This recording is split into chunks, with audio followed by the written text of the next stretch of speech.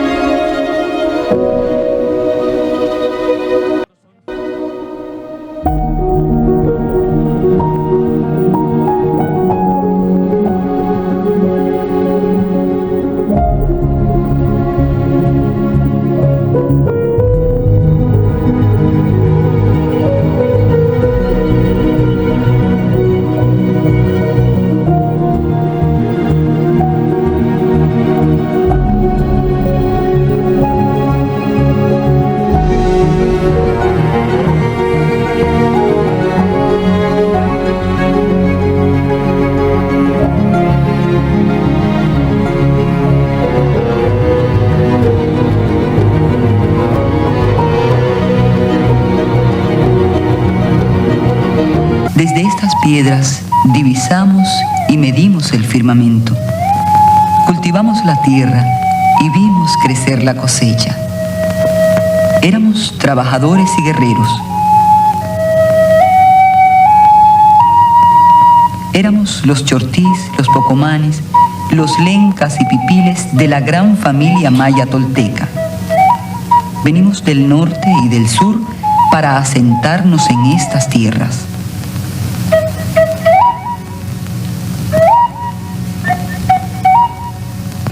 Entonces, El Salvador era el señorío de Cuscatlán.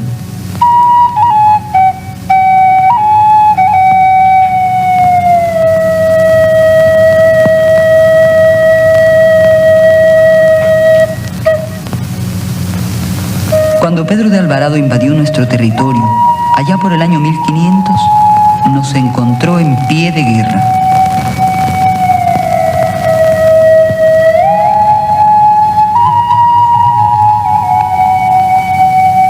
Los caminos estaban bloqueados, sembrados de púas.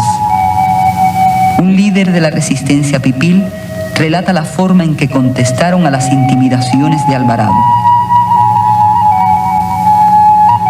Y cuando nos ordenó que depusiéramos nuestras armas, le dijimos que si quería nuestras armas, que subiera a las sierras y montañas donde nos habíamos retirado.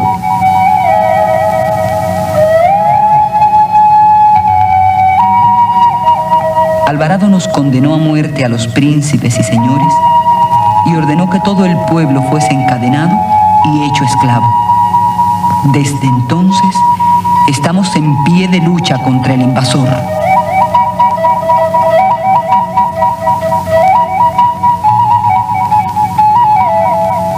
Hemos luchado durante siglos por la dignidad y la justicia.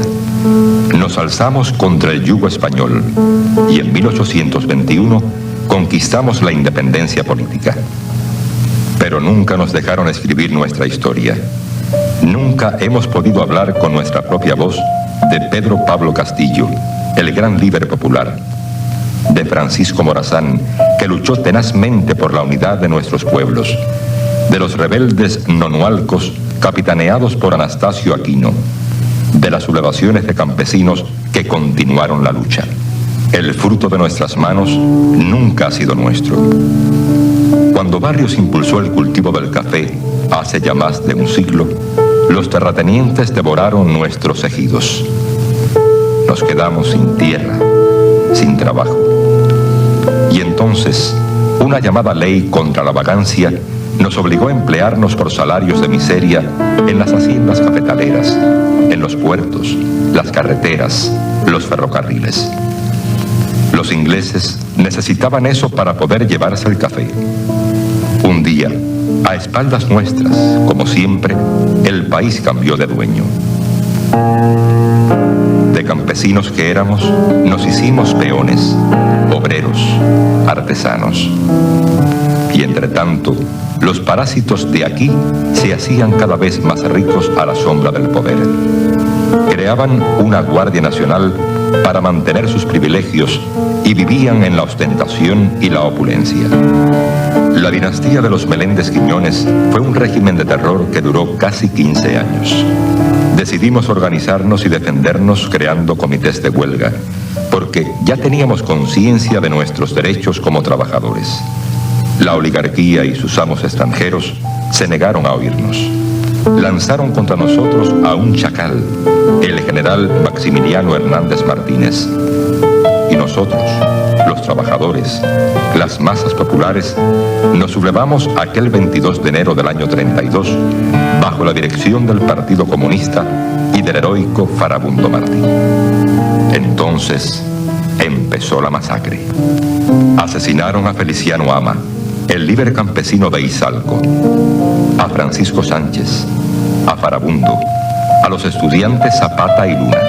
La Marina Yanqui llegó en plena matanza a ofrecer su ayuda al gobierno para proteger vidas y haciendas, las de ellos naturalmente. Y cuando todo terminó, éramos 30.000 los obreros y campesinos asesinados. Eso no lo olvidamos. Y tampoco olvidamos que el procónsul yanqui felicitó a Martínez, el genocida, y que la prensa de la oligarquía lo ensalzó como a un héroe. En 1944 derrocamos la dictadura de Martínez, que había ensangrentado al país por 13 años con una huelga de brazos caídos.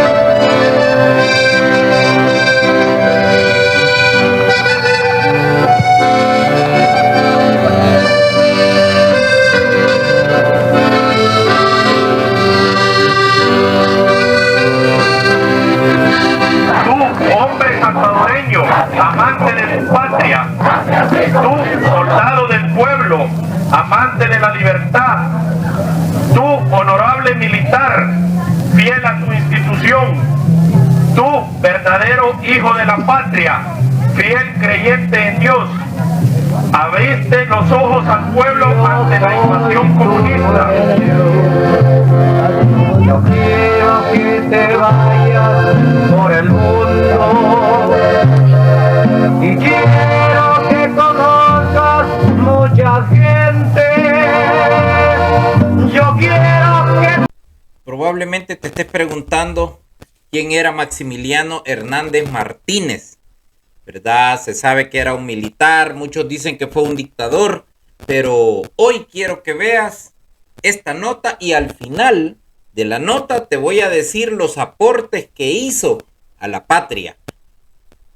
Porque se tilda de que todos los buenos líderes que son templados, autoritarios o que tienen un carácter fuerte, que no se dejan mangonear por el entorno social, le llaman dictadores. Pero veamos quién era Maximiliano Hernández Martínez.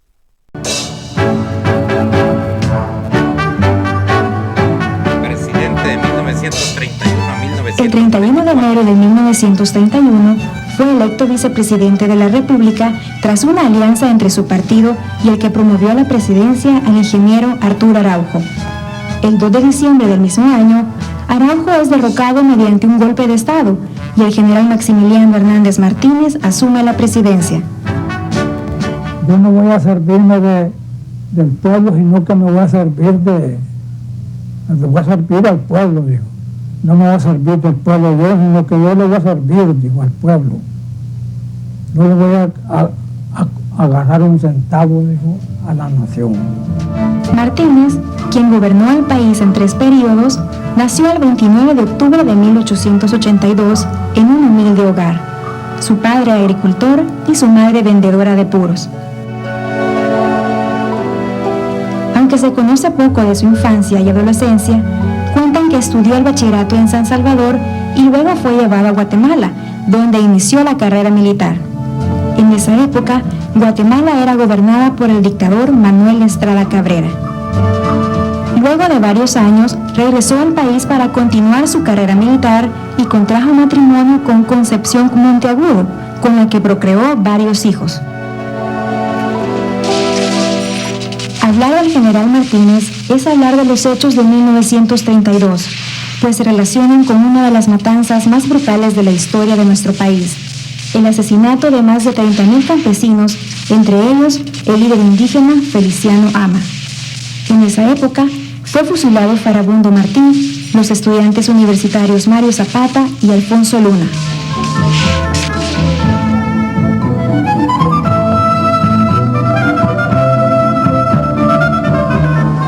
Los que le conocieron lo describen como un hombre de carácter recto, fanático del orden, la responsabilidad y la honestidad.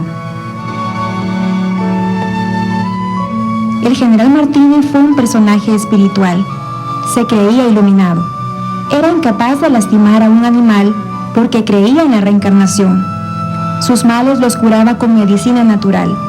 Su dieta alimenticia estaba libre de carnes y bebidas alcohólicas. Decía él que la carne, dijo, tiene microbios, dijo. En cambio, frijolitos, arroz, cositas así, no tenían microbios, dijo. No le hacían daño a nadie. Así es que eso comía él. Su religiosidad hacía que se rodeara de objetos que le ayudaran a protegerse. Antes de ingerir cualquier alimento, lo pasaba por un péndulo para saber si contenía algún veneno. Consumía aguas de colores para quitar cualquier energía negativa del ambiente.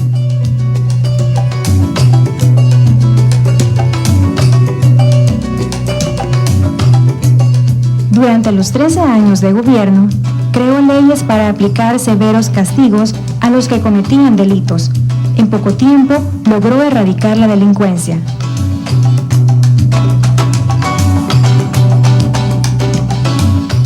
Como le digo, entonces no habían mañosos. No había quien dijera, me están robando las cosas. Pues como andaba la guardia, andaba la hacienda. Construyó infraestructura vial como el puente Cuscatlán, la carretera Panamericana y la calle 5 de Noviembre. Además, fundó el Banco Hipotecario para fortalecer el sector agrario y el Banco Central de Reserva para acuñar la circulación del colón como moneda nacional.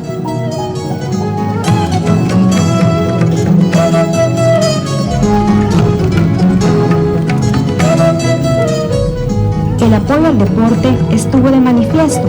Construyó el Estadio Nacional de la Flor Blanca para los terceros Juegos Centroamericanos. Saludo cordialmente a los jefes de los países hermanos y hoy, 5 de abril de 1935, declaro solemnemente clausurados los terceros Juegos Deportivos Centroamericanos y hago voto por el éxito de los próximos. Al presidente Martínez también se le recuerda por haber eliminado la deuda externa y combatido la corrupción. Si él era bueno, porque si no hubiera sido bueno la gente no dijera otro Martínez Labrada. Como bueno, el hombre fue bueno. Consiguió por lo menos haciendas que las compró para repartirlas, no regaladas, pero el precio era barato. Luego de varios intentos fallidos de derrocarlo, las fuerzas populares lo obligaron a renunciar y huir a Guatemala el 9 de mayo de 1944. El general Martínez murió el 15 de mayo de 1966, luego que su chofer, Cipriano Morales, le asestara 17 puñaladas. Según su propio relato, cuando el general fue presidente, agredió a su padre y abuelo, aunque otros aseguran que fue por celos y rencor. Entre las cosas que no se dicen, que no se mencionan de este presidente, todos dicen dictador, todos dicen régimen, porque las cosas buenas no las mencionan. No dicen que donó las 20 manzanas de terreno como gobierno para que se fundara la Universidad Nacional, llevando una esperanza de desarrollo, de formación y de educación a los jóvenes. Modificó la tabla educativa para que los jóvenes recibieran educación en las escuelas y se construyeron unas cuantas escuelas, ¿verdad? Es importante mencionar que los dueños, los terratenientes, eran los que contrataban su personal. Habían campesinos haraganes que querían que les pagaran y no querían trabajar. Se sentían por derecho dueños de la tierra también y querían asaltar a los terratenientes, llevando los terratenientes las quejas al gobierno, y también habían campesinos que no querían vender sus terrenos o su parte para que pasaran las carreteras, llevando a un asesinato en realidad de 580 campesinos. La izquierda habla de más de 30,000, pero de más de 30,000 podemos sumarlos en las 4 periodos que estuvo de presidente, pero no dicen en el año 42, fíjense bien, no dicen que le otorgó visas a miles y miles de judíos como certificado de nacimiento, salvándole la vida. Eso no lo cuentan. Eso nadie menciona nada de eso. Feliciano Ama era un campesino revoltoso que casi siempre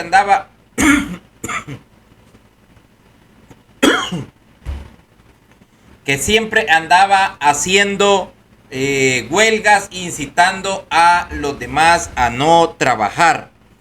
Por su parte, Farabundo Martí también andaba fundando el Partido Comunista.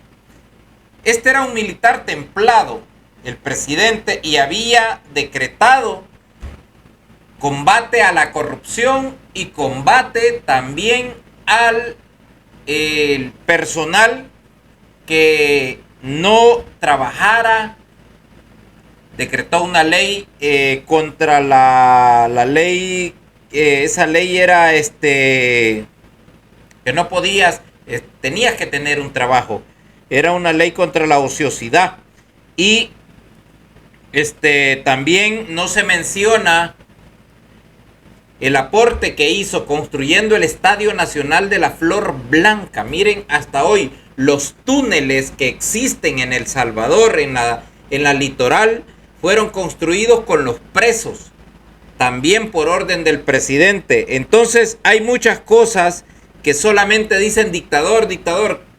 Relaciónalo con el hoy en día, porque la historia se repite, la historia se vuelve a repetir.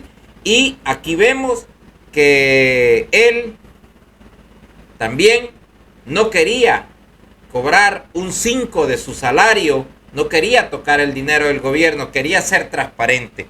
Entonces hay una desinformación mediática, que son los medios los que se encargan de manipular la historia a su conveniencia, pero no dicen que ese gobierno de Maximiliano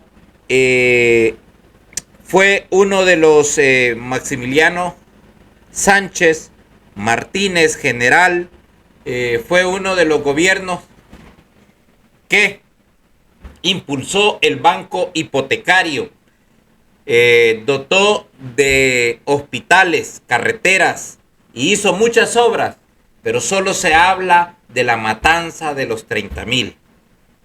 En un combate a la delincuencia y en un combate a la corrupción, siempre van a haber personas afectadas porque no están a favor del desarrollo y del progreso de nuestra nación. La diferencia del antes al hoy es que también hoy nos dicen que tenemos un dictador como comandante general de la Fuerza Armada, y nos dicen que también está combatiendo la delincuencia y la corrupción, que tampoco agarra un salario de su sueldo porque no lo necesita, que ha combatido la delincuencia severamente, que organizó también unos Juegos del Caribe en el 2023 y allá por el año de 1935 se organizaron los terceros Juegos del Caribe. ¿Casualidad o coincidencia? Juzgue usted. Pero continuemos con este video. Pues fuimos nuevamente marginados. Vimos nacer con indignación un nuevo ritual. La oligarquía volvió a entregarse despreocupadamente a la fiesta del poder. Todos los gobernantes reciben su bendición y, entre tanto, el imperialismo sonríe, cuando es posible hacerlo, y mueve contra nosotros su maquinaria de guerra, cuando lo considera necesario. La embajada yanqui es el centro de todas las conjuras. Golpes de Estado o farsas electorales, siempre apoyadas en la fuerza de las armas, sirvieron y sirven todavía para reprimirnos y acallar nuestras protestas. El estado de sitio, con su vasta maquinaria represiva, se convirtió en parte de nuestra vida cotidiana. Conocemos muy bien lo que en nuestro país se llama juntas cívico-militares. Arriban al poder hablando de reformas y democracia, pero para nosotros siempre han sido máquinas de muerte. Ya no pueden engañarnos. La farsa es la misma. Los nombres cambian. La palabra oligarca, oligarquía, significa gobierno de unos pocos, gobierno para unos pocos. Debemos entender que el FMLN o los izquierdistas o los que tienen mentes con tendencias comunistas siempre van a tener un vocabulario distinto a una persona de conducta normal. las frases más comunes de la izquierda son las condiciones del pueblo, aniquilado, masacre, compañero, imperialismo, sectores humildes, movimiento, proyectos de desarrollo sostenible. Esas son algunas de las frases utilizadas por las personas que no se someten a las autoridades locales. A esas personas que siempre están incómodos con el desarrollo, con el progreso y con la civilización. Quieren vivir en el pasado. Quieren estar siempre arraigados al pasado. A los que conocen de Dios, les voy a decir, ¿quién es el que te recuerda el pasado? Analízalo. ¿Quién es el que vino para dividir, para destruir, para mentir y para matar? Analízalo. Por eso es importante que nosotros como pueblo, como ciudadanos, entendamos las tendencias ideológicas de los sectores. Los movimientos de masa y las coordinadoras de masa eran gente que no está de acuerdo con el desarrollo y el progreso de un pueblo. Vean ahora las condiciones en las que se encuentra Cuba. Vean ahora el producto final. Lo pueden ver en los videos Conozca Cuba en TikTok y pueden ver cómo está el fracaso de un socialismo del siglo XXI en el cual viven arraigados. Me siento alegre que un combatiente me dijo: hoy vivimos en libertad y en paz. Me gusta esa palabra, porque libertad para expresarnos, libertad para decir. Este video fue creado por una producción de izquierda y está muy lindo, pero hay que aclarar que estoy poniendo mi concepto militar a un concepto de tendencias socialistas y de ideologías comunistas. Continuemos con el video. Utilizamos los medios pacíficos de lucha. Alzamos nuestra voz. Reclamamos lo que nos pertenecía. Nos respondieron con balas. Cuando el autor del video dice de que reclamaron lo que les pertenecía, era que le daban vuelta a los carros de la Diana, de la Coca-Cola y les hurtaban el producto. Entraban a las fábricas y las saqueaban, a las zapaterías y se llevaban las botas y zapatos. Y empezaron a hacer, cuando reclamaron, empezaron a hacer un ataque a la economía, destruyendo puentes, postes eléctricos, transformadores, destruyendo alcaldías, matando alcaldes y haciendo un montón de actividades que atentaban contra la economía nacional. En ese entonces los gobiernos habían sido militares y la orden que había, que todo aquel que sometiera el terrorismo se le tenía que dar una dosis de balas. Tal vez no fue la decisión correcta, pero era para poner orden, era para someter a las autoridades locales, a aquellos que estaban saliéndose del huacal. Y es así como tuvo que actuar los cuerpos de seguridad conocidos como CUSEP y la Fuerza Armada. Continuemos. Entonces decidimos oponer la violencia revolucionaria, la violencia popular, a los fusiles que nos apuntaban. Un grupo de patriotas fundó, el 1 de abril de 1970, las Fuerzas Populares de Liberación Farabundo Martí.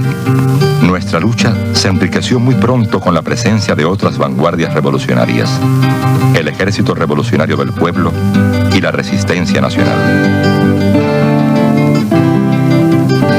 la década del 70 surgieron poderosas organizaciones de masas.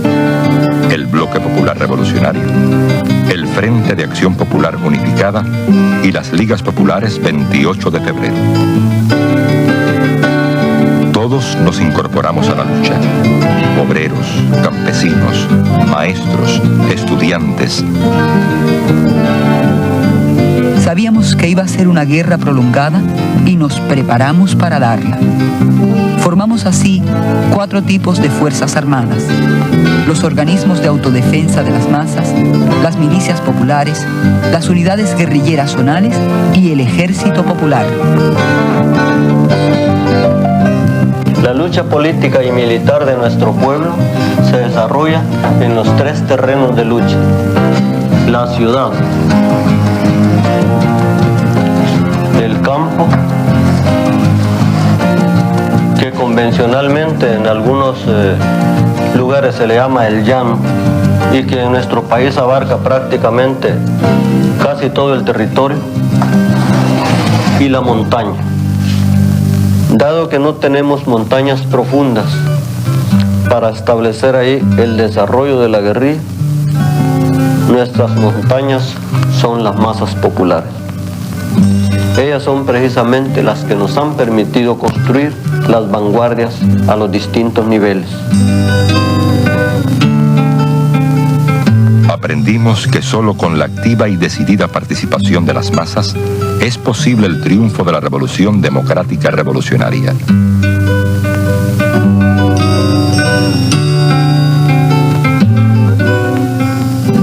En diciembre de 1979, obreros y campesinos, junto a otros sectores populares, formamos la Coordinadora Revolucionaria de Masas.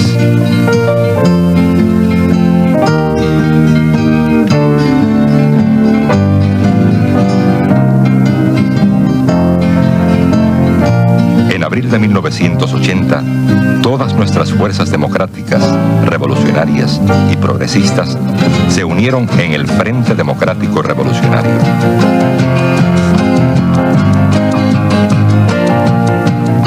Ahora contamos con un solo frente político-militar, bajo una misma bandera y guiado por una misma estrategia: el Frente Farabundo Martí para la Liberación Nacional.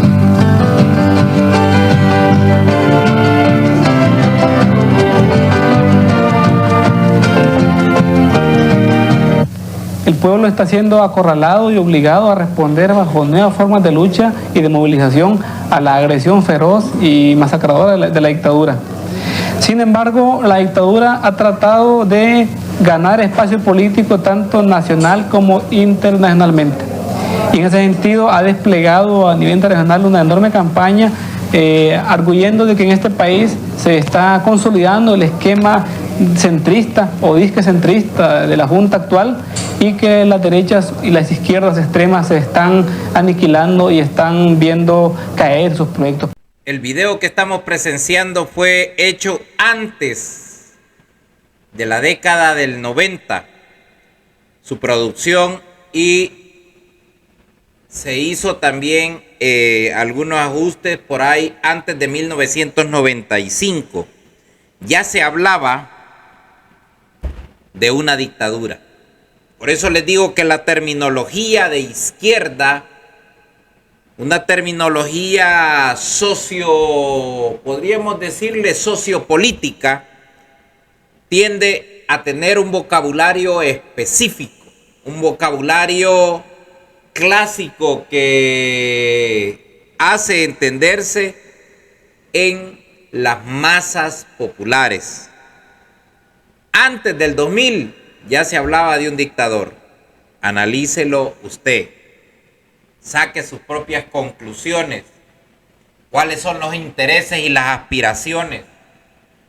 ¿Cuál es la vulnerabilidad y la influencia? ¿Será que todavía albergan en su corazón llevarnos a un sistema socialista como el de Cuba, a pesar de que el fracaso está enfrente de su cara y no lo pueden ver?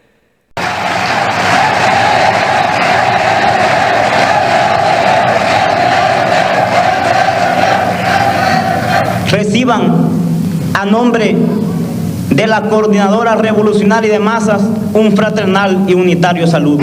Los compañeros del Movimiento de Liberación Popular pasan a ser parte también de la Coordinadora Revolucionaria de Masas. El que los compañeros se integren a la conformación de la Unidad Revolucionaria es por su posición política e ideológica que ha venido mostrando defender los más fieles intereses de los sectores más oprimidos y humildes de nuestra patria.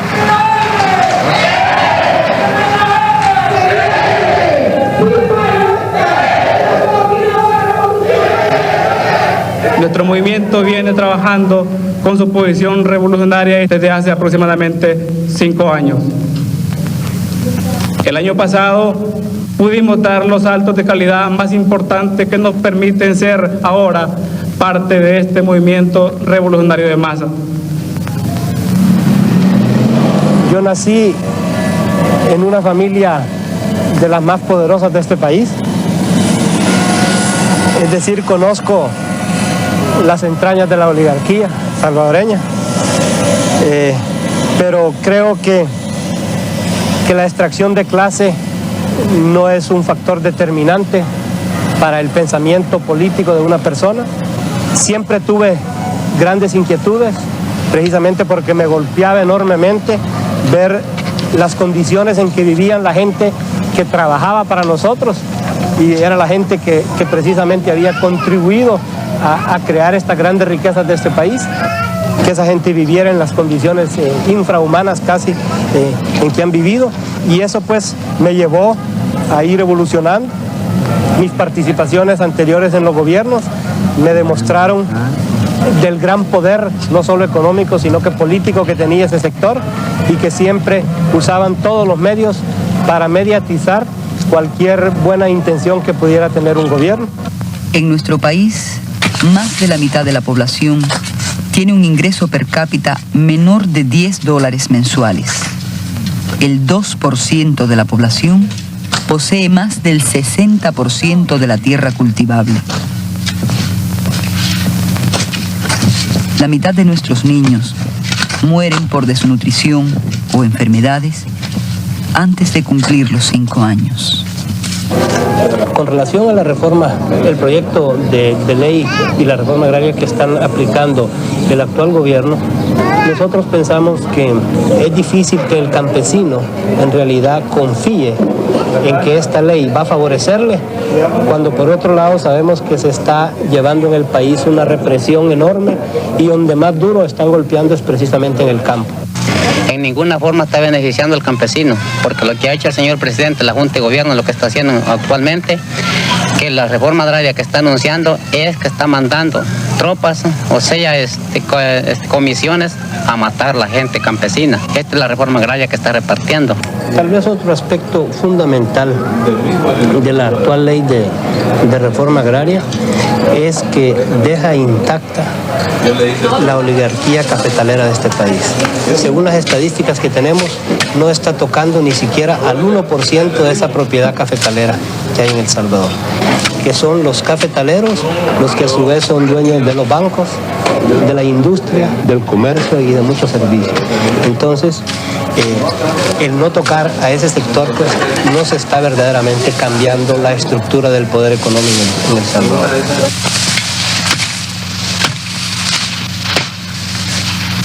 La situación actual de El Salvador es extremadamente crítica, extremadamente difícil, no solo por lo que está ocurriendo en estos momentos, que se puede medir sobre todo pues por el número de muertos que hay cada día. Aquí tengo un informe de Guardian, por ejemplo, que habla de 20 a 30 diarios. Es posible que incluso más, es decir, no solo la gravedad por lo que está ocurriendo de muertes, de asesinatos, de represión, de operativos, de cateos, sino porque se ve a partir del 15 de octubre una velocidad en el proceso de agravamiento de la situación. La Iglesia salvadoreña se ha mantenido firme frente a las imposiciones de la Junta Militar Genocida, identificándose cada vez más con los sectores populares. Bueno, señor Romero, discúlpeme, yo tengo entendido que en oportunidades anteriores su vida ha sido amenazada. ¿Quién es el responsable directo de estas amenazas que ha sufrido su persona?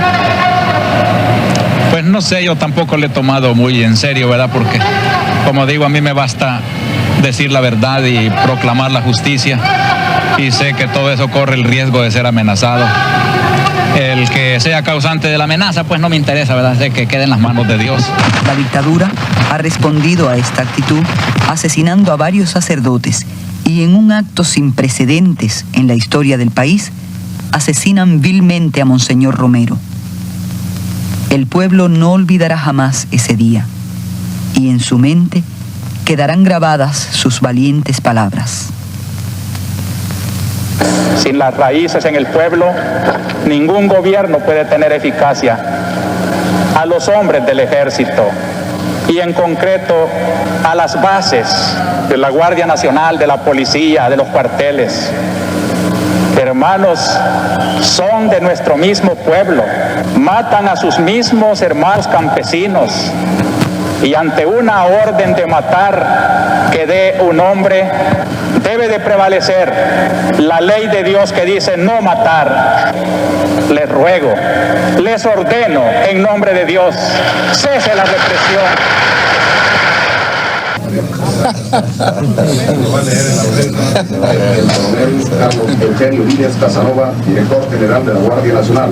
El coronel Adolfo Castillo, jefe del Estado Mayor General de la Fuerza Armada.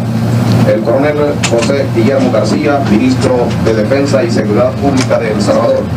El coronel Nicolás Carranza Hijo, subsecretario de Defensa y Seguridad Pública, y el coronel Daniel Bustamante Carballo, comandante de la primera brigada de infantería, directamente desde el Estado Mayor General de la Fuerza Armada. Como ustedes saben, hace 2 días un contingente de la Fuerza Armada capturó al mayor Davison en una hacienda en Santa Tecla, junto con otros oficiales de alta y civiles.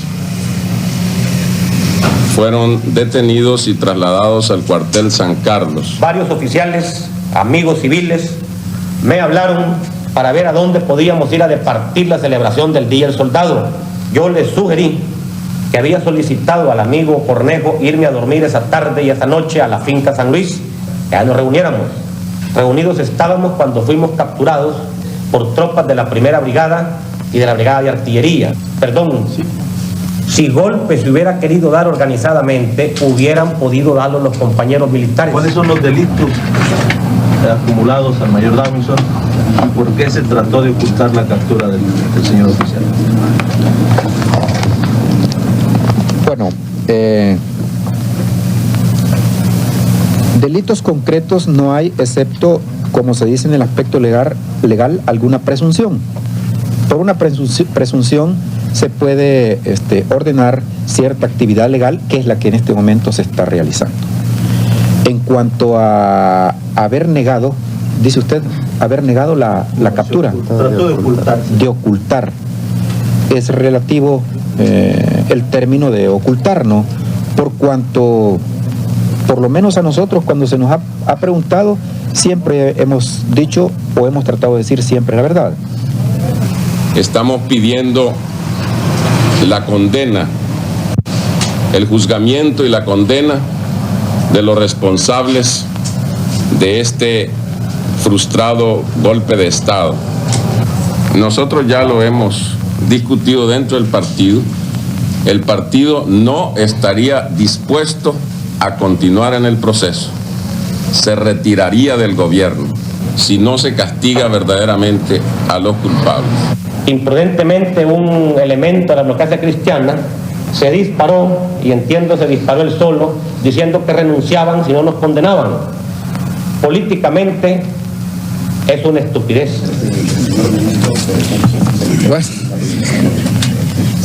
yo solamente quisiera decirle o responderle, tratar de hacerlo en una forma comparativa. Por procedimiento universal, yo no soy abogado, pero sentido común.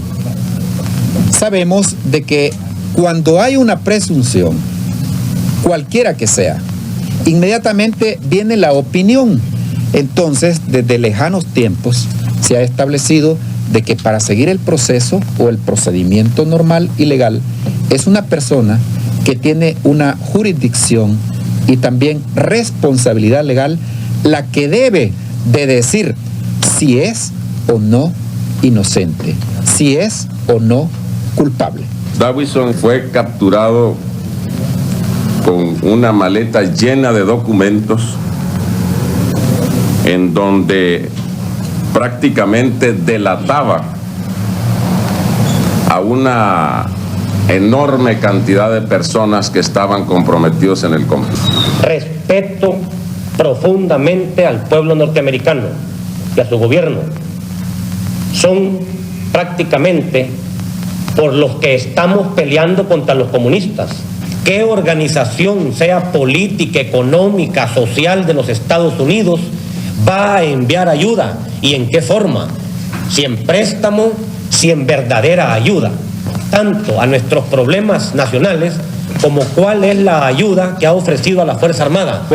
Estados Unidos, en primer lugar, sería el principal país vietnamizando el problema de El Salvador. Nosotros creemos que el problema de El Salvador está íntimamente relacionado no solo con la región centroamericana, sino con toda la región del Caribe. Es decir, que el pueblo salvadoreño está dispuesto incluso a soportar una intervención de tipo directo, y en el entendido de que esa intervención de tipo directo de los Estados Unidos no va a ser del tipo de República Dominicana, sino un conflicto que se va a internacionalizar.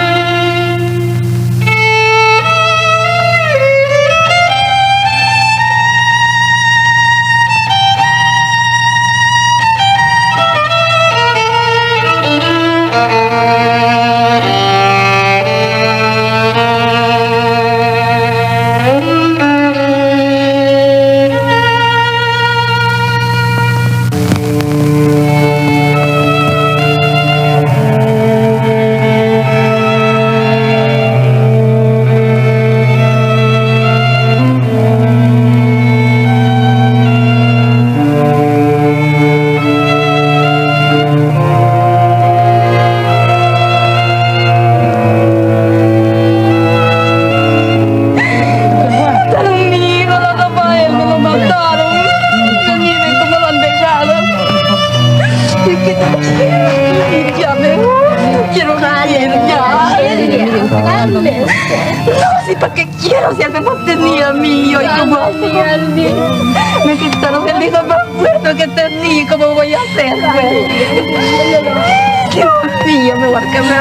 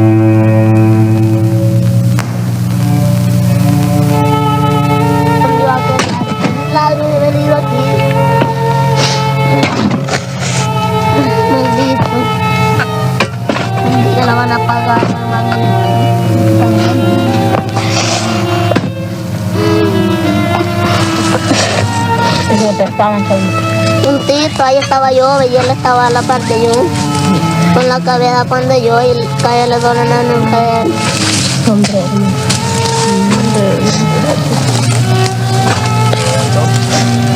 Un día van a pagar la muerte de mi padre.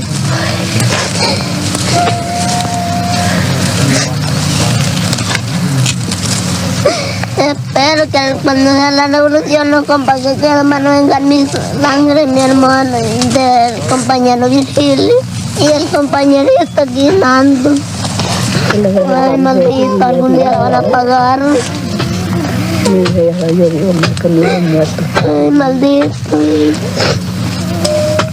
Tengo que llorar, papita, por vos, papita, y como me quería, a ti te quiero yo, papita, ya te he muerto, papita. Mis lágrimas rodan por mi pecho, papita. Y viendo a mi padre, siento como que en el corazón tengo la bala, compañero. Prefiero mejor morir por una lucha justa, compañero, no quedar de bandolero, compañero. Mi padre me decía, él combatía, era un combatiente de este pueblo, me decía que yo no fuera tan despijo, que yo fuera, tuviera una creatividad y valor para llegar a un final de un triunfo, los compañeros que queden, que los que queden.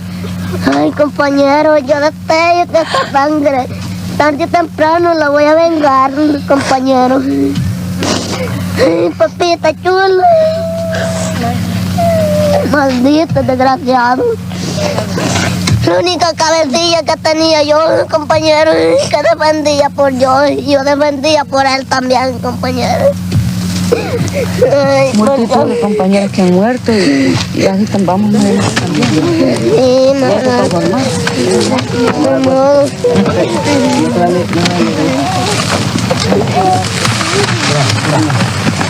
Papita chula.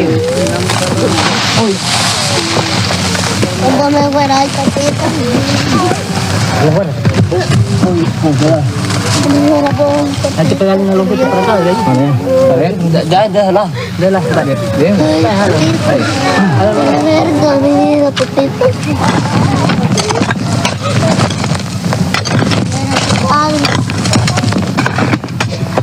Gracias, papita.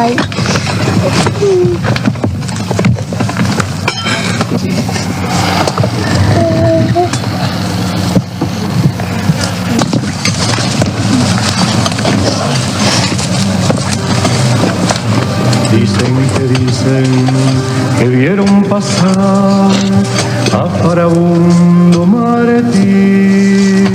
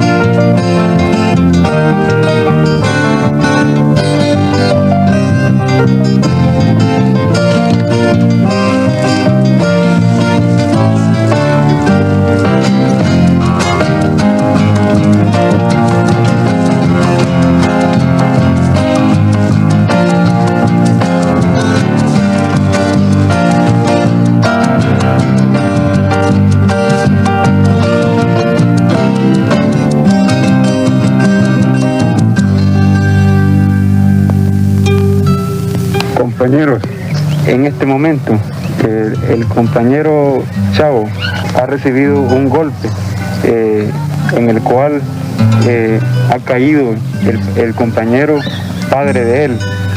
El compañero, después de recibir ese duro golpe, ha decidido incorporarse a las milicias populares de liberación. El compañero se le ha visto muchas cualidades para ser miliciano. El compañero es muy disciplinado, con un espíritu de sacrificio, con un gran amor al pueblo, a la revolución.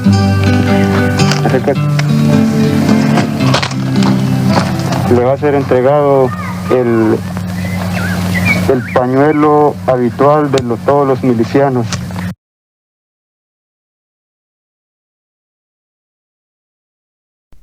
La ausencia de un padre siempre llevó a los jóvenes a buscar ese apoyo, ese amor, ese consuelo de una familia, de un cariño.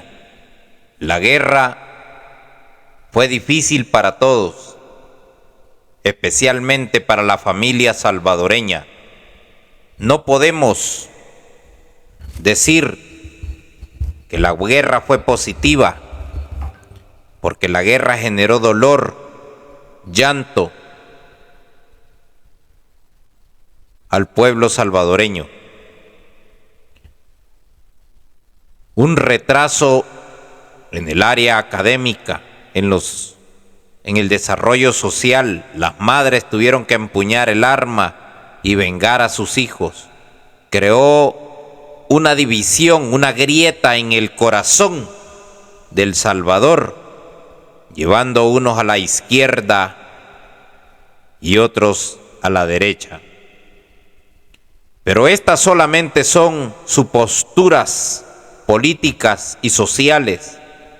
El verdadero amor de Dios nos enseña a perdonar y amarnos uno al otro, a no dañarnos unos con otros, porque los que no se amen no entrarán en el reino de los cielos.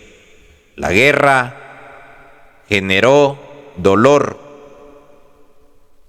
generó pobreza, generó retraso en el desarrollo de una nación que era considerada el pulgarcito de América, el motor del desarrollo mundial, un país grande.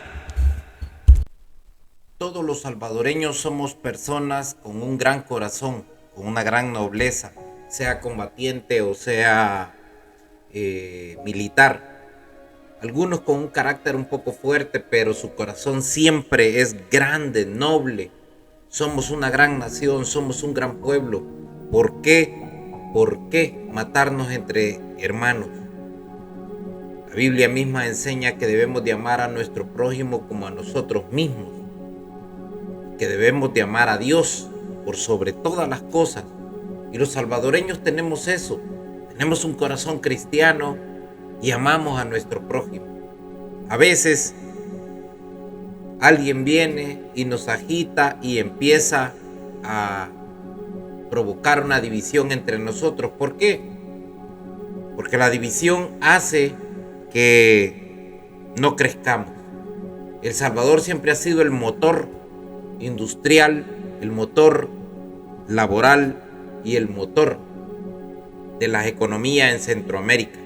Muchos centroamericanos viajan a El Salvador a trabajar porque se sienten cómodos.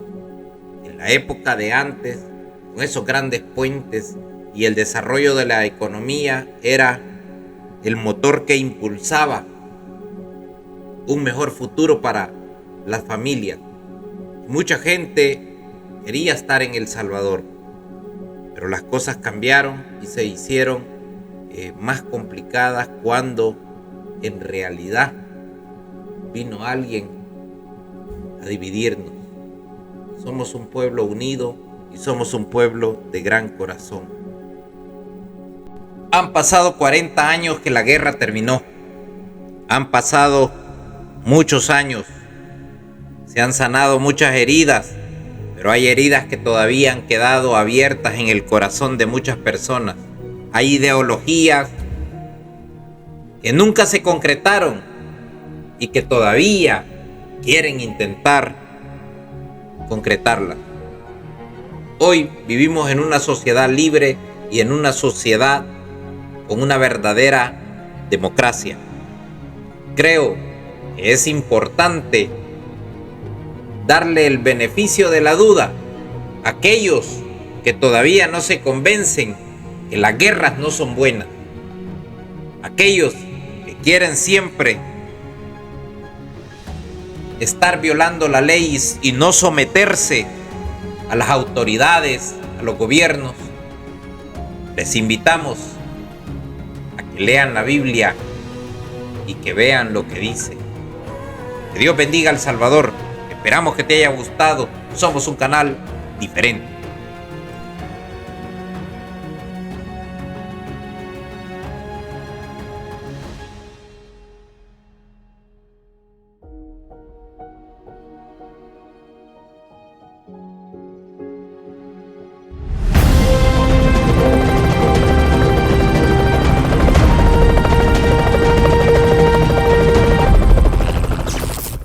Canal Marden Platero.